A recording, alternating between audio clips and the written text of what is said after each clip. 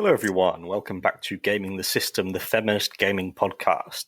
Today, we are me, Matt, Alex, and Jem, and we're going to be doing what started off as an episode purely about the infantilization of women and girls in games, but it quickly expanded into tropes and the way that women are portrayed in games in general.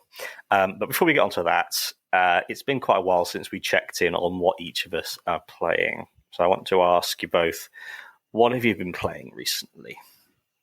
Jem. I have I haven't had a lot of time and I haven't had a lot of energy. So I had to put Horizon New Dawn on pause because I just couldn't keep up with the energetic, like having to click things at the right time and press all the right buttons was too much for me to handle, like after 9 o'clock at night. So I haven't played that as much, although I did dip back into it earlier this week and just remembered how much I like it. So instead I've been doing some builder games and some but like I got gosh, I knew you were going to ask me this, and I should have looked it up. It's a bizarro hospital building game. Yes, is it 2 Point Hospital? 2 Point Hospital. That's it. Yeah, 2 Point Hospital. Yes. And I got it on the PS5, and it's the first time I've ever played a game like this on the PS5. And I have played Sims on the PS5, and I just prefer it on the PC. And I'm feeling like maybe I would prefer this on the PC because I just find that it's easier to just click around the screen on a PC than with the controller on the PS5. I'm struggling, but so far it's quite fun, and it's just easy to sort of chill and get into, and it doesn't require too much brain power. And then last night I ended up playing RimWorld, so Caroline would be very proud of me. So I'm kind of and I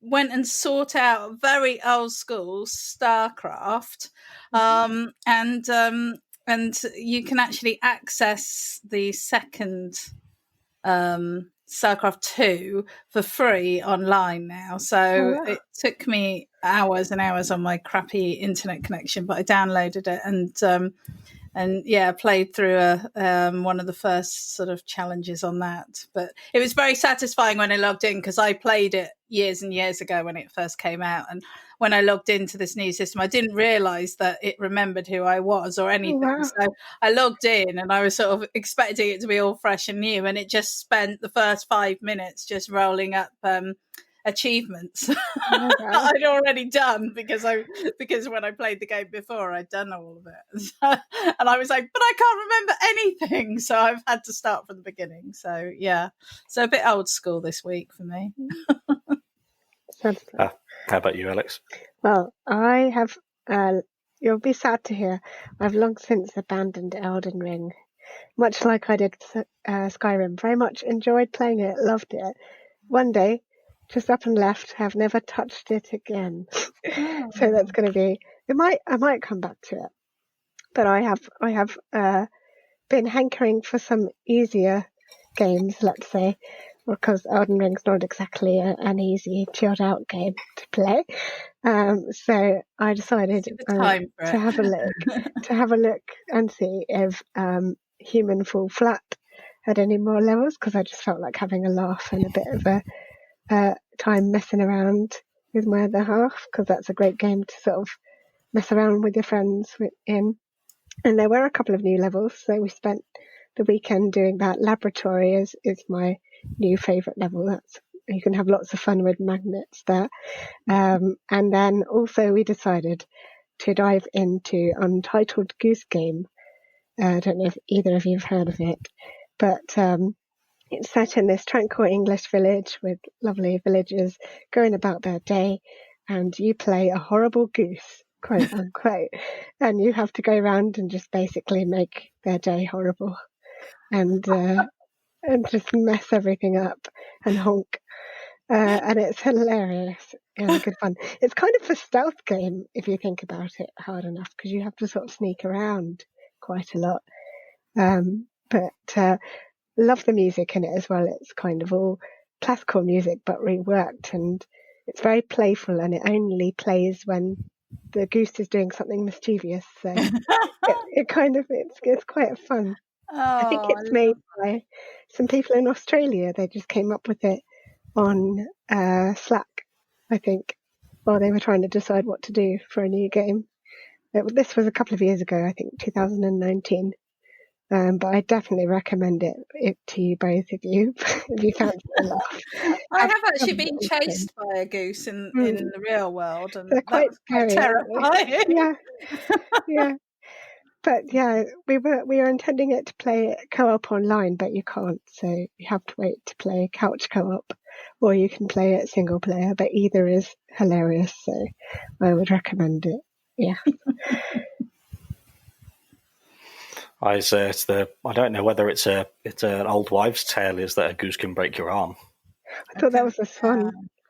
It's a swan. I've always been told it was a swan, but I could be wrong. Well, I think I'd have been probably good given a chance. Yeah.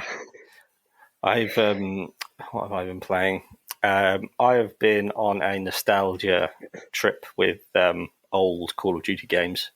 I play, because Modern Warfare 1 and 2 have been remastered, but Modern Warfare 3 hasn't.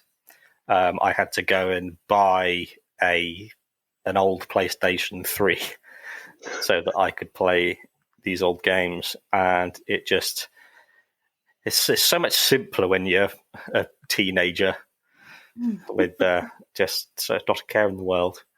So playing those is just absolutely epic. I've just restarted Advanced Warfare, which I think is probably one of the best. Kevin Spacey is an excellent actor, but he is a sex pervert. But that doesn't stop his work being pretty good. The two things can be true. So bad Kevin Spacey.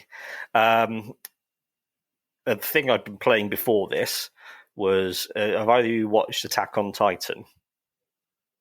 The anime. I feel like series. I have, but can't remember. So probably. It's so epic and perfect and brilliant, and it was all written, and it was a graphic novel written and illustrated by the same guy who was 25 when he did it, so I hate him for his brilliance. But swinging around fighting these massive awesome monsters, I've spent so many hours doing, and that is what led me onto the infantilization trail that led into this episode. So I'm going to start playing you some audio that is indicative of what a lot of particularly Japanese-made games, what their female characters sound like. もう一つのドイツはどんなとこだろう。どんな人たちが住んでいるんだろうっていつか訪ねてみたいと思っていました。で、強引すぎました。もし気が変わったら声かけてください。このふざけた文章に何の意味があるんですか? Now, how old does that sound? About 3. Yeah. Yeah. That's a problem. That's a real problem. And just all the way through playing it, and just that, it's really unsettling how it's the start thing is, how to describe it. You've got a female character, and they're young, but ambiguously young. You don't know if they're above the age of 18 or they're below the age of 18. But they leave that ambiguous, and they show their appearance, and they give them that kind of voice that it just feels really like they're going, yeah, that's what people want. We're not allowed to do it explicitly, but we're doing it implicitly. Is that something that either of you get a sense of? I think it's something that I've seen in like Japanese anime and things before. Not that I've watched much anime, but I can. Their voices sound very similar, definitely. I've watched quite a bit of anime, and yeah, I mean it's a pretty standard for that genre. Is the sort of the schoolgirl, ambiguous schoolgirl, and even when they are definitely school, because I've watched some where they are set in stories where they're set in school, or the kids are clearly at school, and even then they're just it's very unclear as to how old they are, and they're at once sort of sexualized and adultified, and they wear very short skirts and stuff, whilst at the same time being very childlike, and with these little voices and knee-high big socks eyes. and yeah. I've got a little image of we'll probably show this image a couple of times, because I thought I'd save time by making it a collage of a couple of characters that I could class in this ambiguously aged bracket. Stand by. Go. Right, can you all see that? Yes. So the girl on the left is from Attack on Titan. Her name is Historia. And then we've got Harley Quinn, Lara Croft, and I can't remember her name, but she is the daughter from Grand Theft Auto 5. And would you guys agree that these are ambiguously aged looking characters? Well, they're all reasonably young looking, as in under 30, if you can class that as young. But yeah, I mean, it's difficult to tell, because obviously some of them are very sort of caricatured and cartoonish as well. I would say that, I don't know. I would say that the Grand Theft Auto character is probably the one that looks the oldest. Mm-hmm. She definitely looks like she's in her 20s to me.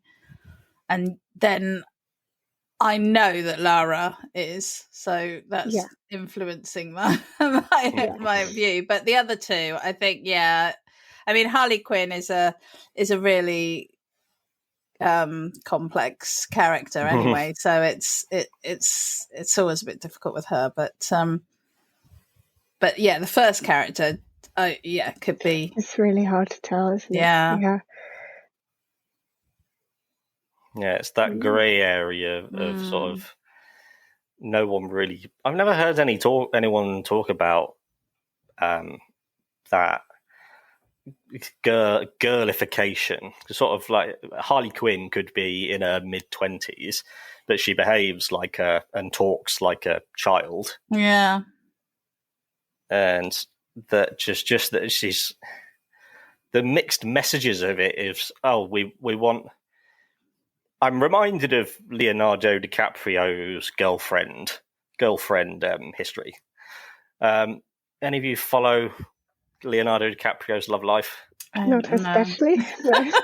There was someone did a graph of he's like 42, 43 now, and they did because his love life's very public. He just dates a string of beautiful women, and as he's aged, the age of his girlfriends has just fluctuated from 21 to 27 as he's aged, and it got me thinking, why are these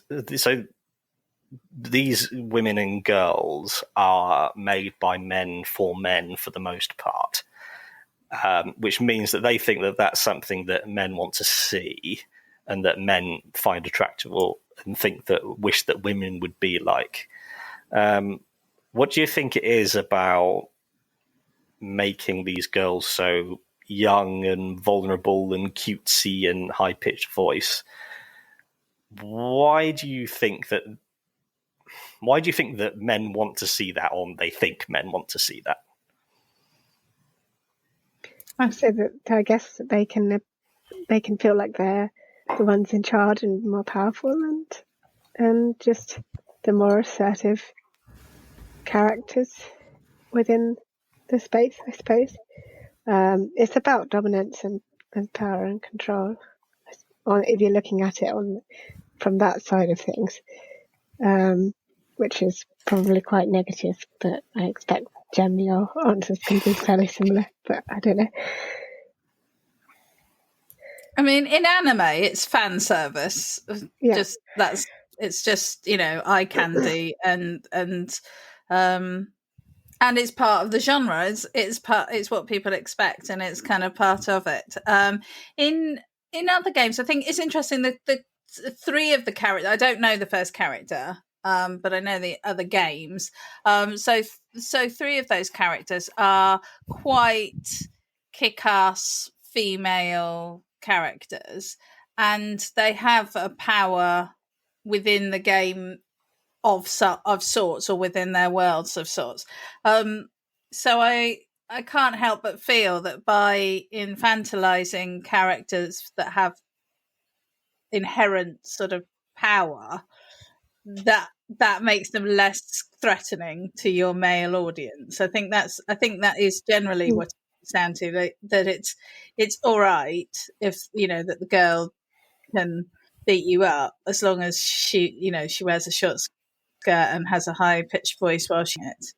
I can also get into a whole thing about how I think that we have a quite a paedophilic society in the West, and but I think that's very heavy, and I don't want to go down that rabbit hole right now.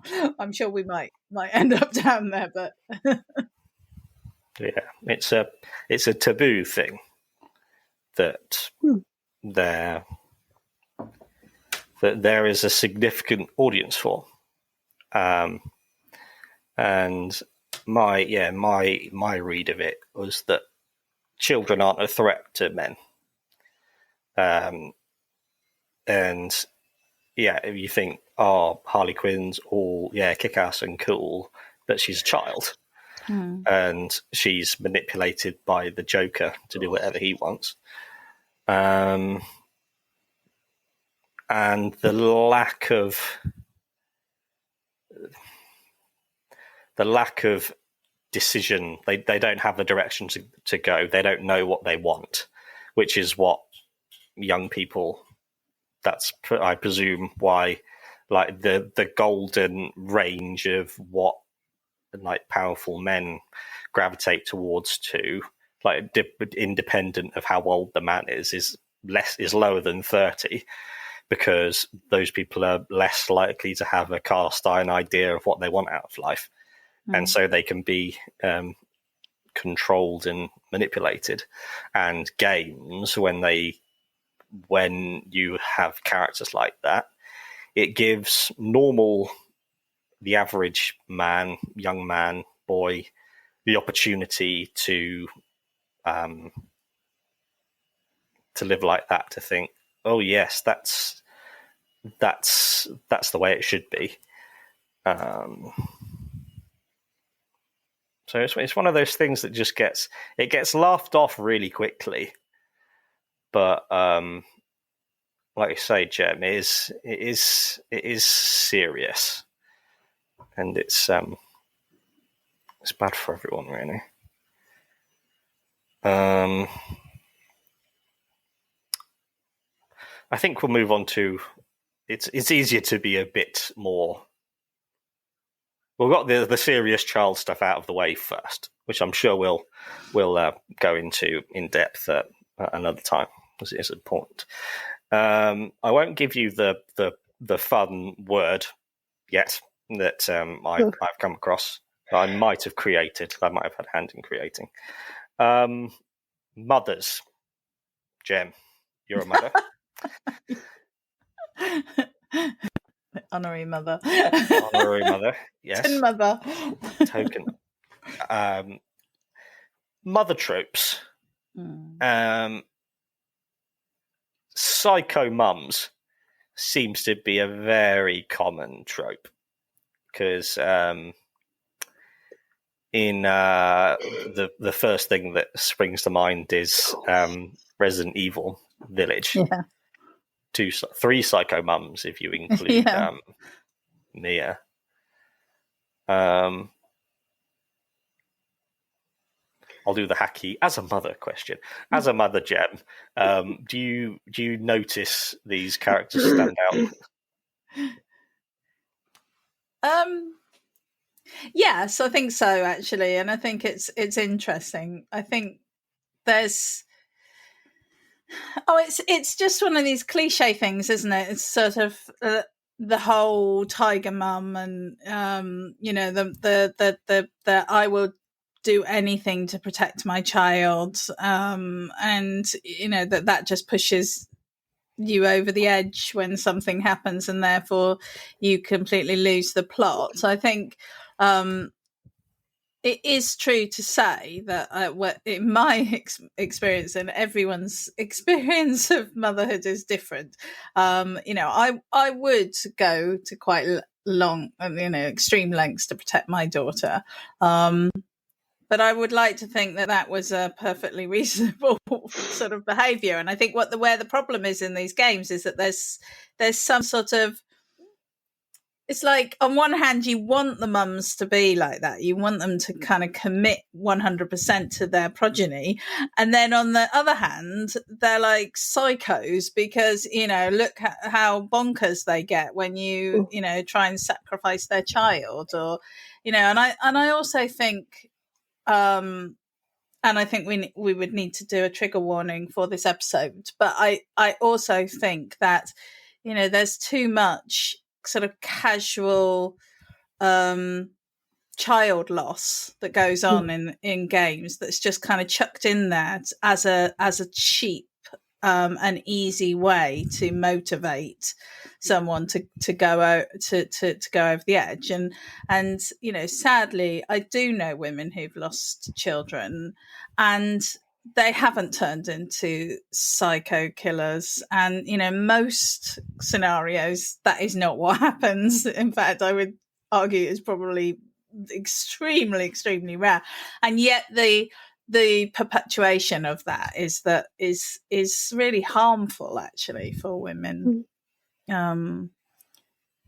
especially in a role that the patriarchy seems to think is essential. If what's going on in America is anything to go by, that women, they only exist to have children. So, and yet at the same time, that you're kind of digging away at those foundations and undermining that role too. You can't even do that right.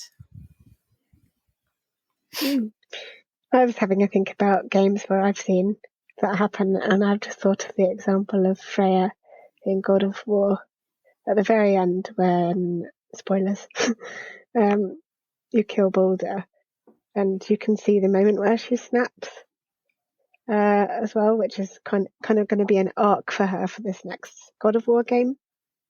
But I'm curious to know whether you have both seen a lot of in-game moments where you see the moment where the mother snaps, and what that does for the game's story, and like what it means for the characters around, and that sort of thing, and how much emphasis is placed on seeing that moment of change, and just the impact it has on you as the player as well.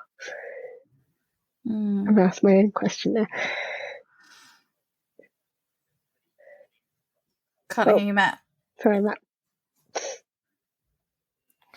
Any extra questions are helpful to pad out the meager list. I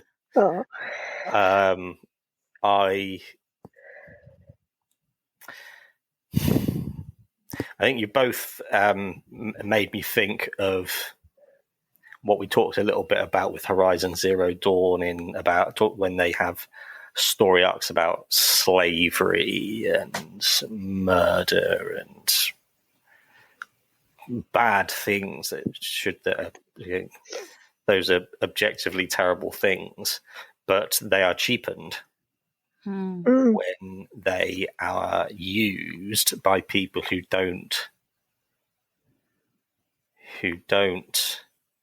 have the self-awareness to know when you're telling someone else's story that you have a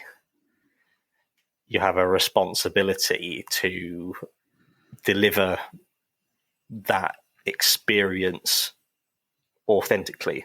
You don't just take it. I'd never thought of like the actual fact of losing a child, and how that is grotesquely cheapened when mothers go psycho. So that happens 3 times in Resident Evil Village, when it's sort of that's because we've got the fun psycho like Lady Dimitrescu, and so I think that's okay. But then when you see it, like it's the main drive of the big villain, and her response to her child dying is to get another baby and cut it into pieces so that she can resurrect her original child. And that's cheap. That's cheap bollocks, really. After thinking about it from that perspective, Jam. I mean, we talked about it, didn't we, on our deep dive into Resident Evil: The Village, and I remember when I got to that bit and I realised what was going on. There was a definite eye roll. It was like, oh, for goodness sakes, it's lazy writing as far as I can tell. It's not spending time to, come up with real motivations or just like, this person is just a bitch, I mean, it could just be that. I mean, I think that's the thing about Demetrius. I can't say her name, but anyway, she, because she's just psycho, she's just bonkers, and that's great, and then that's fine. And I think I don't want to get too kind of prescriptive and too protective. Computer games are a good opportunity, just like video, like TV and movies and books, to explore some of the more uncomfortable aspects of our world. And I think that's great. I think where I have real problem with it is where it's just so it's tropey, it's repetitive, it's just the thing that they reach for. Oh, we need a reason why this person is cutting up this baby.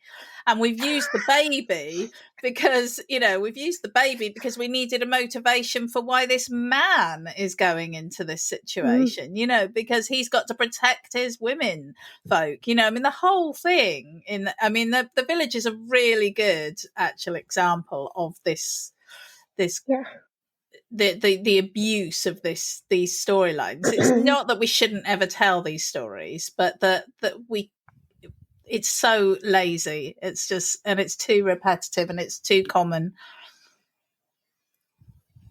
Sorry, ranty. Right. No, I agree. I agree completely. Yeah. And off what you said, Alex, about Freya in God of War. That is how that story, it's so nuanced and so specific, and throughout the entire game you're sort of fed breadcrumbs about it, aren't you? They definitely layered it in through the whole game. It wasn't like just suddenly it happens at the beginning and then now she's angry. I mean, it's going to happen at the beginning of God of War 2 because you should already know why she was angry. But it was quite a stark moment. But obviously, I don't know whether it actually happens in the Norse mythology, whether Balder dies and then Freya goes off on one. Don't know. Have to read up on that. But yeah. It was Loki that caused Baldur's death. Okay. It was a trick. It was like Baldur. I think it was at a feast, and Baldur was challenging people to with things and try and hurt him. And Loki gave one of the guests a spear made of mistletoe, and threw it. Yes, and that's where the arrows come from. And another, I think this was about Baldur as well, that I think Odin said that if every living creature shed a tear for Baldur, then he would resurrect him. But Loki was the only one who didn't shed a tear. Wow. So he's back. Naughty. He is. Yeah, interesting. And that every single detail that you learn and how you learn it in that game is just you feel inside Freya as that moment, just that point of no return where Kratos snaps his neck and his eye fills with blood to show that he's actually hurt, and then she goes down next to him and does this terrifying little speech to Kratos and Atreus saying, "I will rain down all the horrors of hell on you." And you just feel that she's forever changed. She's just, something has snapped there. Yeah. And particularly with anything to do with gods, they're all about family. Oh yeah. And Kratos is just as broken, but in a different way. But I thought the moment it really sat in for me with Freya was when Kratos has just finished talking to Atreus just after, and then Freya is carrying Baldur and walks past and then just looks at them, and her eyes are just, she's completely fucked, completely gone. I thought, oh my god, that's terrifying. Yep. Yeah. And like you say, Jem, it's okay to just go, oh, she's just a bitch. She's behaving that way because she's an asshole. Yeah. Some people are just assholes. To be fair, she is a god, so, and they're not very nice usually, are they? But yeah, they're capricious. They can't be held to the same standards as us because they are not men. They are gods. Any of you watch Star Trek: The Next Generation? Yes. Remember the episode? Remember the episode with there's like this completely barren planet, and there's this little perfect house sat there with an old man and his wife there, and they found out that the man is a god creature who killed an entire race with a thought. Oh, that's such that. I can't remember that specific episode, but I'm sure it will come back to me. I remember thinking that was devastating, but also perfectly handled, because Picard says we don't have the authority to judge you for your crimes. They're saying, just knowing you've done something terrible, but we don't have the capacity to judge you for this. And again, that's when you can bring in richness and depth and dynamic storytelling, or you can just say, baby died, now she's mad. We'll move on to another trope of this. I haven't told you the fun words yet. Making someone a mother figure is called Motherfication. Motherfication. That works. Yeah. That sounds like a Red Hot Chili Peppers title. Oh, yeah. Yeah, so that's the pinnacle of the session. The wife and the girlfriend, and I wonder if there's like the romantic attachment, the romantically adjacent female character. Yes, love interest. Do you think that whether a character is portrayed as a wife, a girlfriend, or just a bit of rough, whether those are what are they meant to say about the male character, do you think? I suppose it's in a way that they're like, because these characters are gravitating around the male character, it's almost like they're being idolized by the world that they're in, or the characters around them are. They're basically the center of the world that you're playing in, because everything's revolving around them and everything's sort of, just basically happening.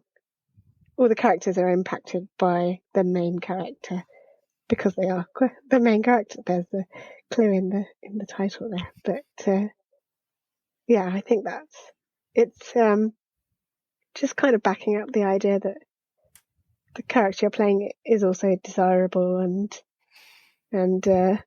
is going to get the happy ending probably, and going to get the partner or the love interest, and it'll all get sorted out and be super duper, because that's what happens.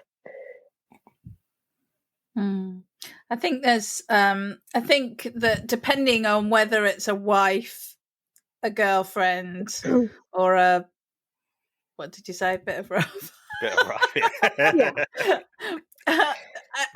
Has quite an impact on how we view the male character. So if he's married, then we can be reasonably, usually if he's the main character, can be confident that he's reliable and reasonable and a family man, and it ties all these things. Whereas, like, depending on his age, if he's got a girlfriend, then maybe he's a bit more carefree and a bit more, that he's not settled down yet, so he could be lured off by another female character, and I think obviously if he's got this sort of just casual relationship going on, then that tells us that he's a player, he's a bit of a lad, there's a lot of characterization that's built up by these female characters that has absolutely nothing to do with them.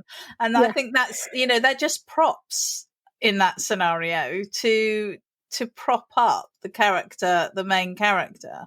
And again, it's not all bad, because like these kind of tropes and stereotyping and all of these things are shorthand, aren't they, for, telling a story quickly. Like, we get a quick idea of who these people are from those kind of things, just like we do from the way that somebody dresses or I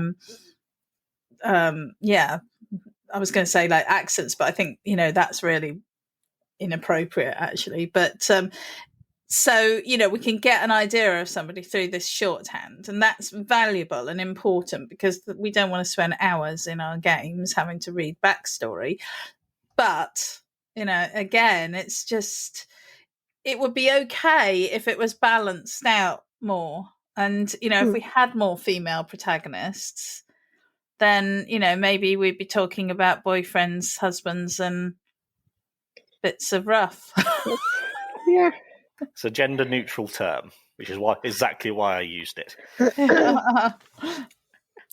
That's so interesting. I don't think I've played a game that's featured a side character that is a husband or boyfriend that I can think of. I don't know. It's always been a girlfriend or a wife, which is interesting. But then again, sorry, Matt, you go. That is such a good observation, because if Lara Croft was married, how would it would the men completely change their how would the character. men playing it think I could have her if this was real? She's available and I could have her. That's part of it. And also, it would be a bad setting a bad example, wouldn't it? If you have these like women who are married or have partners or families and they're running off around the world having adventures, you can't do that. That's not appropriate. No. And I have to be at home in the kitchen. I mean, it's really interesting. Actually, I wrote about the symbolic annihilation of women, which was a concept that was sort of put forward in the 70s, and it was looking at TV then and TV shows and how women, even though in society women were working, they were looking after the family but also going out to work, they were doing much more equal jobs with their male counterparts, and actually within reality women's they weren't equal, but it was much more equal than it had been. The TV shows continued to portray women in roles where they were mothers or they were staying in the home and all of those things, and the women who were not maintaining those classic gender roles were then demonized within the TV show. So, like, oh, look at that woman who goes out to work abandoning her children, or, this woman who's got this, who's left her husband. She's just, a woman of disrepute. And, there was all this, which was trying to reinforce, which wasn't reflecting what was going on in society. And I think we're seeing the same thing happening in games, that even though that's not actually how women actually are, it's not how relationships actually are. And I think you've alluded to it a couple of times today, Matt. It's not actually what men want, what real men in the real world actually want. That isn't that, but they're being constantly told that it should be by this massively influential industry. It makes me think about how media is one of the tools that the patriarchy uses to condition us to, because like it's only gaming my entire life, being a feminist for the last 6 years, I'd never thought of that.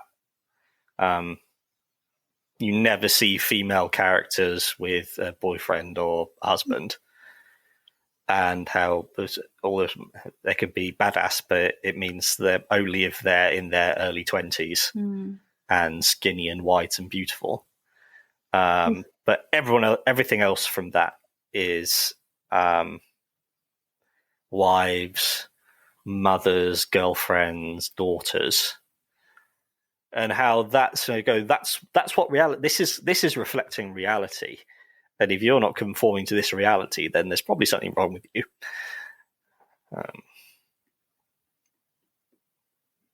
Yeah, and you talk about, and I hadn't thought of the idea of as a prop is literally something that it's something that could be in the background, but it's also something that shores something up and supports it. And I hadn't thought of that until you said that.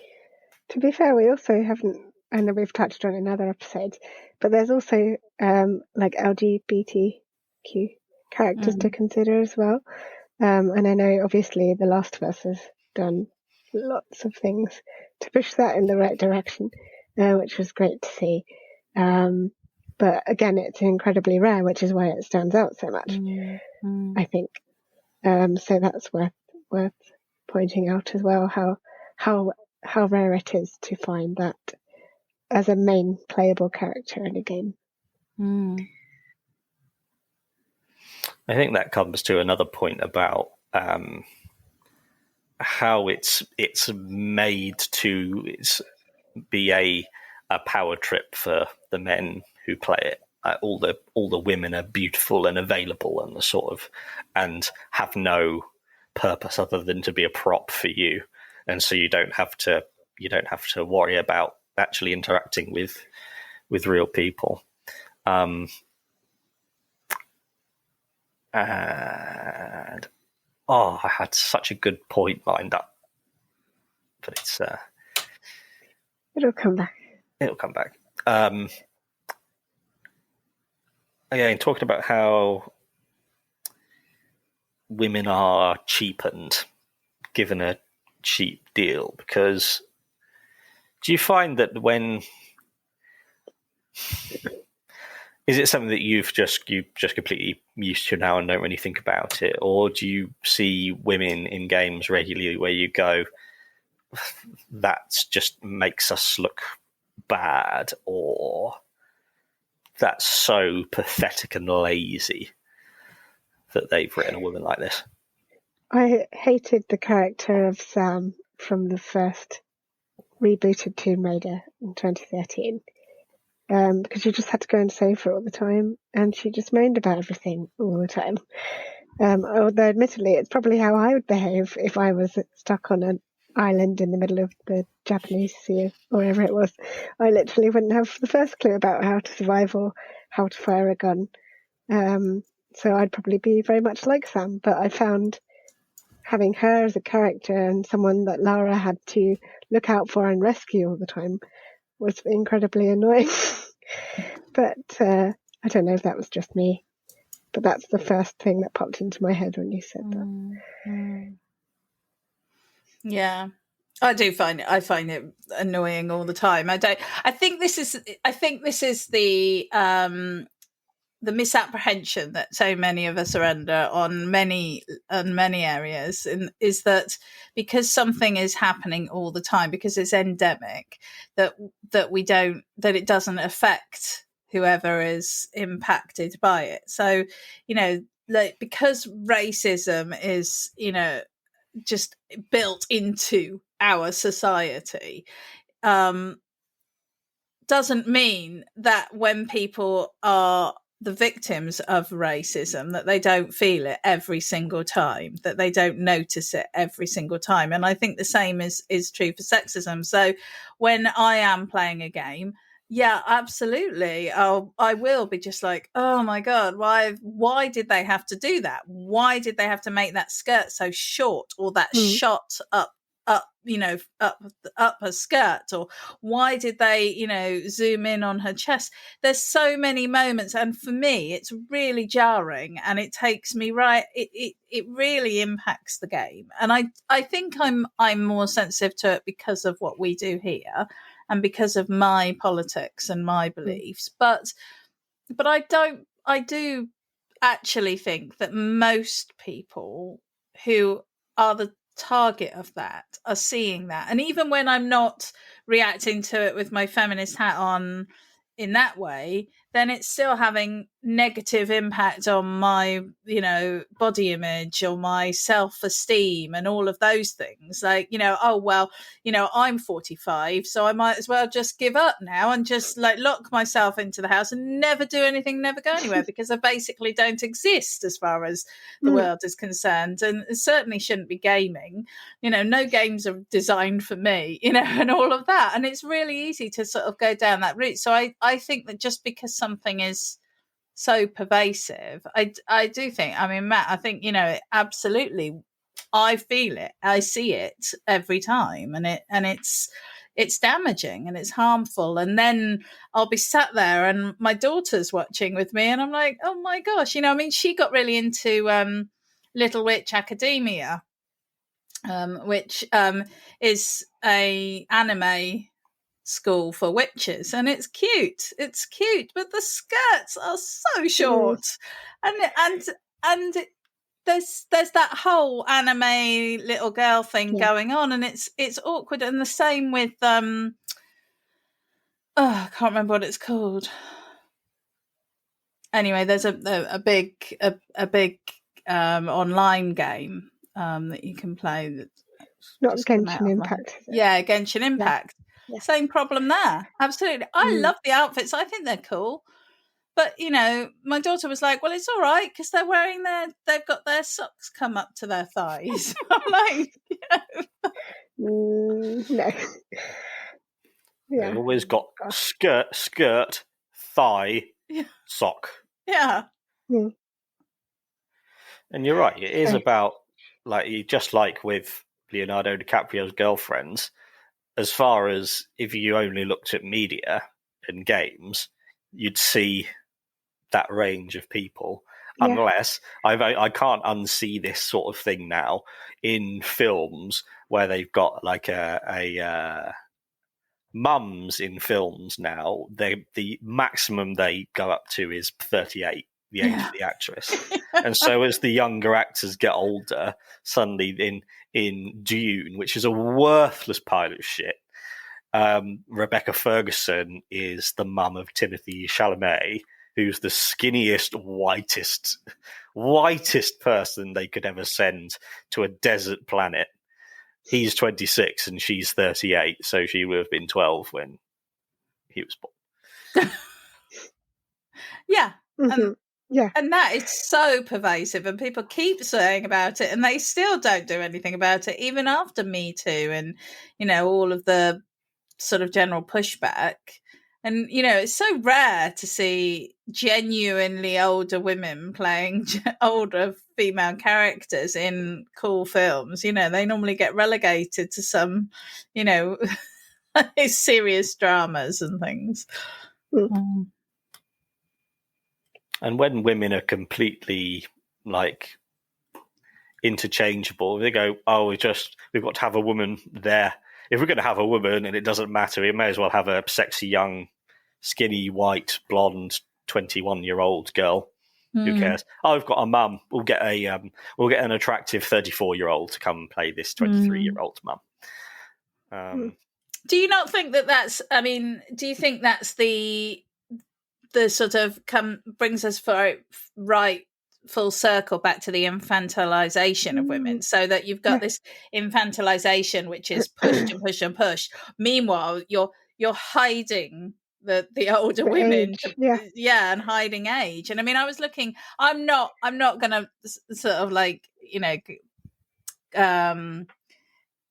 put her down, but I was looking at some pictures of Madonna recently, and she's 63, I think, now, and she looks like she's 20. She looks like she's 20, and good on her. If that's what she wants to do, then I'm not. That's her bag. She's an amazing woman, and she's done extraordinary things for women, and in a very male dominated world. So I have a lot of respect for her, but it is interesting that she feels the need, or that she feels the desire to do that, perhaps even pressure to do that, because I think it's certainly very popular in celebrity culture, or at least people who feel like they're in the public eye a lot of the time, is to hide their age.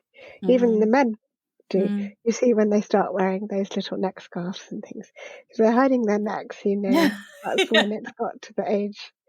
And you can always tell from, if you look at someone's neck and then look at their face, and there's a complete difference, and there's obviously been some work done. But it's interesting to think about.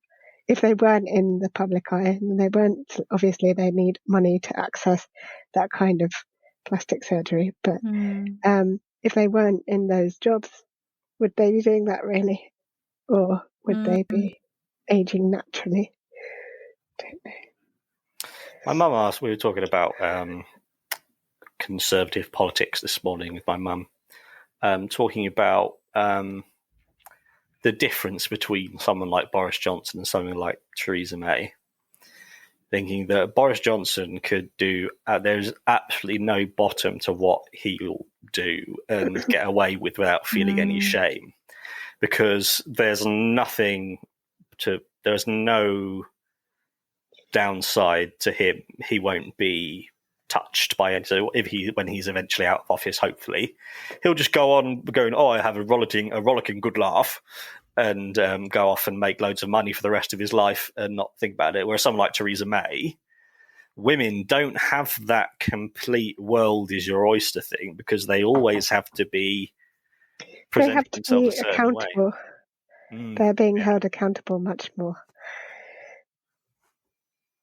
I think Theresa May's quite an interesting character, actually, because I mean, I don't agree with her politics at all, and I know she's responsible for quite a lot of bad stuff in inverted commas. But you know, she has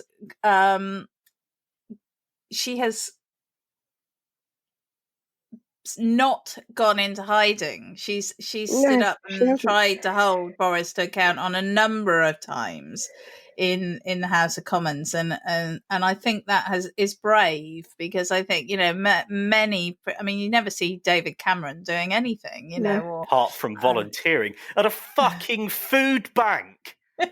What the fuck? He was Prime Minister, and then he goes, "I've been working in a food bank for 2 years." That blew my mind.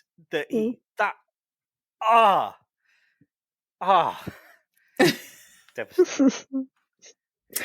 Anyway, we're veering off topic. We have. I think it's good too, because it just shows how much everything all intersects, doesn't it? You know, how it all meshes together. I find it interesting. Well, that's actually I think that's a really good point to bring this to a close with the first wildcard round that we've done in quite a while. Oh. So I've been really irritated the last week. I get very, very pissed off at things. And I thought, we hadn't noticed that. Think of someone who you're angry with in life at the minute, who you're just makes you go, just think about it, you go,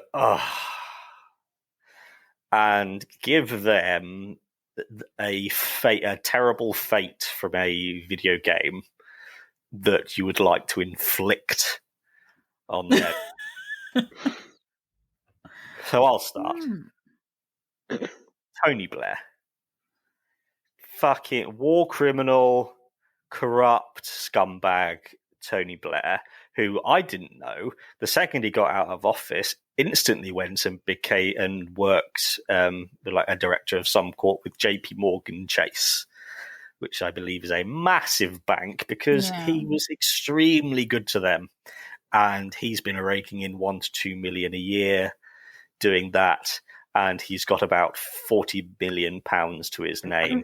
And he still comes and sticks his nose in to say, we don't need any socialism. We need to go back to centrism and doing business friendly stuff, and forget about everything else. And I just can't you just take your money and just go away? If I had £40 million, you'd never hear from me again. I could spend £1 million a year for the next 40 years and just wonderful. But instead of him carrying on doing that, I thought, what would be a really nice... In God of War 3, I think one of the deaths is... I'll amalgamate them together. So with Poseidon, he gouges his eyes out and throws him over a cliff. And with Hermes, he cuts his legs off, and then I think, that kills him. And then Hercules, he smashes his face in with a massive, massive, like, iron gauntlets.